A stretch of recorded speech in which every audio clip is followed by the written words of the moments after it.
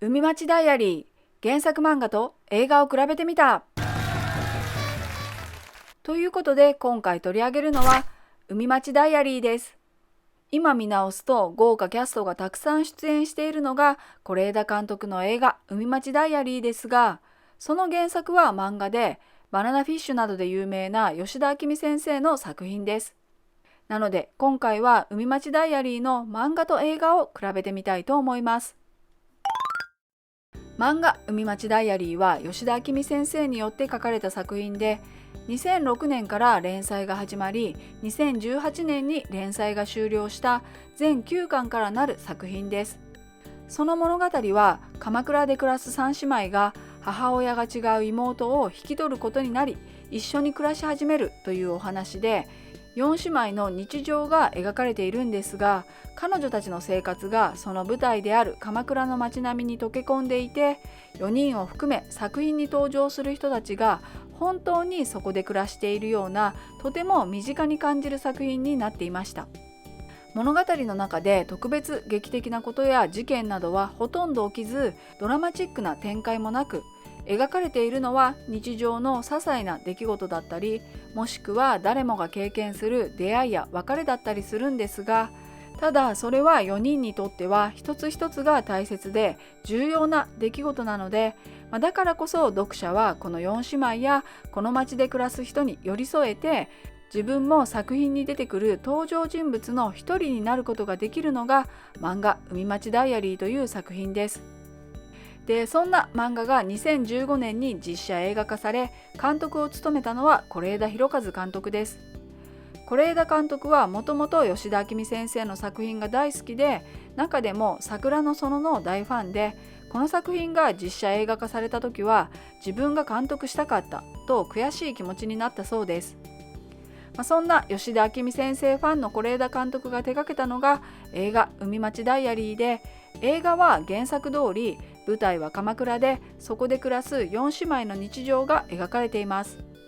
で、物語は原作漫画の中からいくつかのエピソードをピックアップして一本の作品にしていますが、漫画の世界に色と音が足された分、より私たちと同じ空間で生活している4姉妹のお話のような気がして、彼女たちをもっともっと近くに感じることができるようになっています。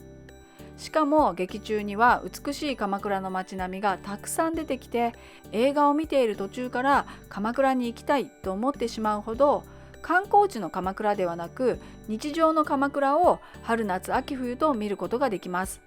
さらにこの作品には漫画でもそうでしたが、食事のシーンがたくさんあって、そんなはずはないのに美味しそうな匂いまで伝わってくるような気がして、私たちの日々の暮らしと変わらない日常がゆっくり丁寧に描かれている作品でした。で、映画は2015年に公開されていて、映画制作時はまだ漫画海町ダイアリーは完結していないので、映画では漫画の内容全部が描かれているわけではなく、5巻までのエピソードが元になっています。で、是枝監督は原作者の吉田明美先生との対談の中で、この作品をそれぞれが居場所を探していく物語とおっしゃっていて、映画では長女の幸と四女の鈴を中心にしながら、10代20代と多感な彼女たちが日常に起きるいろんなことを経験しながら自分の場所を見つけていく姿が描かれています。そんな日常の中で4姉妹の何気ない会話や仕草はどこの姉妹にもあるもので、例えば勝手に洋服を着たと言って喧嘩するシーンなどは姉妹あるあるだなと感じました。さらに柱の背比べや庭での花火など、今ではあまり見ることができない光景にどこか懐かしさを感じる作品でもあって、それは町の人たちの描かれ方もそうで、4姉妹のお話ではあるんですが、近所の人みんなが知り合いで、みんなで姉妹の成長を見守ってきたのが伝わってきますし、もちろんこれからもみんなで四女鈴の成長を見守っていくんだろうなと感じることができて、ご近所という懐かしさとぬくもりを感じることができる作品でもありました。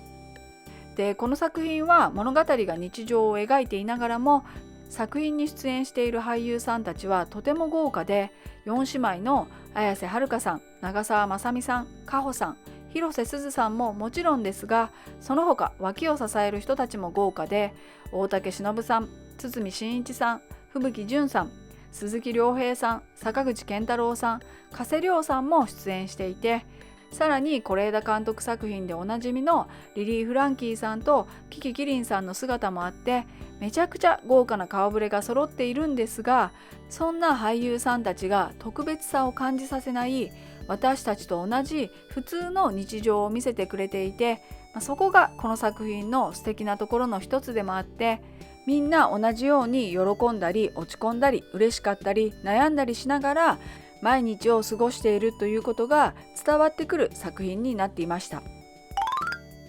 ということで今回は海町ダイアリーの原作漫画と映画を比べてみました。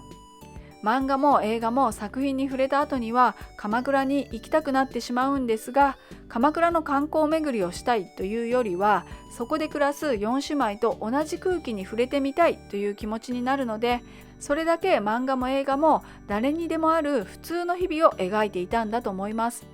で、さらに映画がエンディングに近づいていくと、まだまだ彼女たち4人の暮らしを見ていたいと思ってしまうんですが、その先は漫画の6巻から9巻で描かれていますし、漫画の9巻以降もきっとそれぞれの場所で4人は元気に暮らしていると、そんな風に思えるのが海町ダイアリーという作品です。なので日々の中で疲れたり悩んだりした時、この作品はきっと心を落ち着けてくれると思いますので、忙しい毎日から抜け出してちょっとゆっくりしたいなと感じた時には、ぜひ海町ダイアリーに触れてみてください。ということで今回は海町ダイアリーについてのお話でした。